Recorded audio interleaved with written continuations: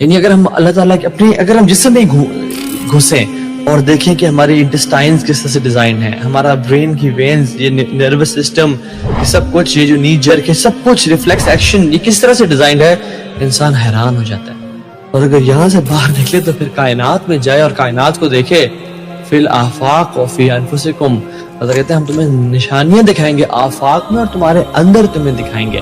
یعنی جب انسان گلیکسیز کو دیکھتا ہے اور سٹارز کو دیکھتا ہے, جیسے وی وائی کینس میجرس ہیں اور بہت سارے سٹارز ہیں, رائٹ, جب ان سٹارز کے پیٹرن کو پڑھتا ہے کہ اللہ تعالیٰ نے کس طرح سے سجائے ہیں اور سائزز آف دا سٹارز جس میں ہزاروں سن آ جائیں, ٹھیک ہے, and then we observe this galaxy and clusters of galaxies and then super clusters and then black holes, اللہ اکبر, حیران ہو جاتا ہے. الحمدللہ, یہ ہے اللہ, یہ ہے اللہ جو خالق ہے, مالک ہے, ہر چیز اس نے بنائی. یہ خلیوں نے کیا خود ڈیسائیڈ کیا تھا کہ ان خلیوں نے مل کے آنکھ بننا ہے, ان خلیوں نے مل کے دل بننا ہے؟ آرگنائز ہوئے نا, اور پھر سارے خلیے آرگنائز ہو کے ایک کامن فنکشن پرفارم کر رہے ہیں. دل کا فنکشن گردے نہیں پرفارم کر سکتے, گردوں کا فنکشن آنکھیں نہیں پرفارم کر سکتی, آنکھوں کا فنکشن جو ہے وہ ہاتھ نہیں پرفارم کر سکتے. انسان کو تو پتہ ہی نہیں اس کے اندر کیا کچھ ہے. تو یہ بنیادی بات ہے کہ اس اللہ کی عبادت کرو جس نے تمہیں پیدا کیا ہے, اور جتنے اگلے بھی گزرے ہیں ان کو بھی اسی نے پیدا کیا ہے. اس سے ڈر جاؤ, اس اللہ سے ڈر جاؤ جس نے تمہیں تمہاری مرضی کے بغیر پیدا کیا ہے. جو تمہیں تمہاری مرضی کے بغیر پیدا کرنے پر قادر ہے وہ تمہارے ساتھ کچھ بھی کرنے پر قادر ہے, اور اگر وہ تمہارے لیے کچھ ڈیسیژن کر لے گا پھر کوئی تمہیں بچا نہیں سکتا. یہ ہے اصل میں اس کا فارم. ڈر جاؤ لعلکم تتقون, تاکہ تم ڈر سکو. الذی جعل لکم الارض فراشا, وہی اللہ ہے جس نے اس زمین کو تمہارے لیے بچھونا بنایا ہے. والسماء بناء, اور آسمان کو چھت بنایا ہے. اس حصے کے اوپر بھی گھنٹوں بولا جا سکتا ہے کہ یہ زمین جو بچھونا بنائی ہے, صرف اس کی ایک فزیکل پراپرٹی کو ڈسکس کیا جا رہا ہے کہ زمین کو رہنے کے قابل بنایا ہے. زمین میں ہر سیکنڈ میں 2 زلزلے آتے ہیں, ہر سیکنڈ میں, لیکن ان کا ایمپلیٹیوڈ جو ہے وہ بہت کم ہوتا ہے. اگر وہ بڑھ جائے تو زمین تباہ و برباد ہو جائے. اتنے زلزلوں والی زمین کو رہنے کے قابل بنایا, اسے کنٹرول کیا,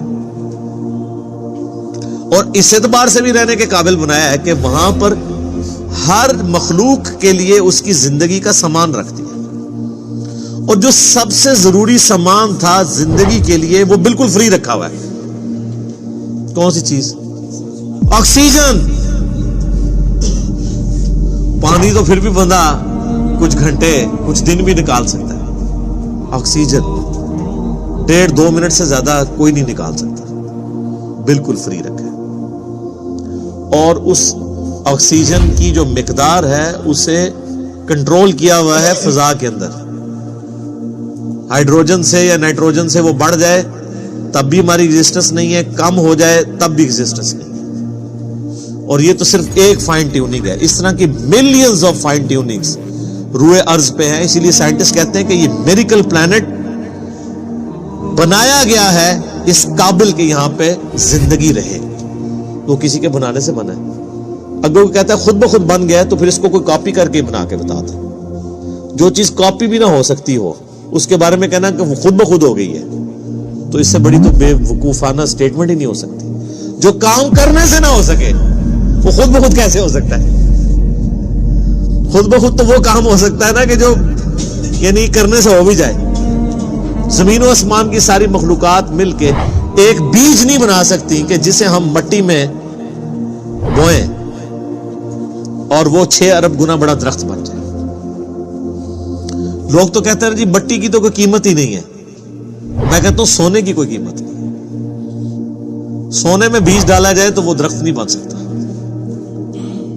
اگر مٹی دنیا پہ نہ ہو تو سونے کو چاٹنا ہے کسی نے, اور سونا نہ ہو تو پھر بھی دنیا چلتی رہے گی.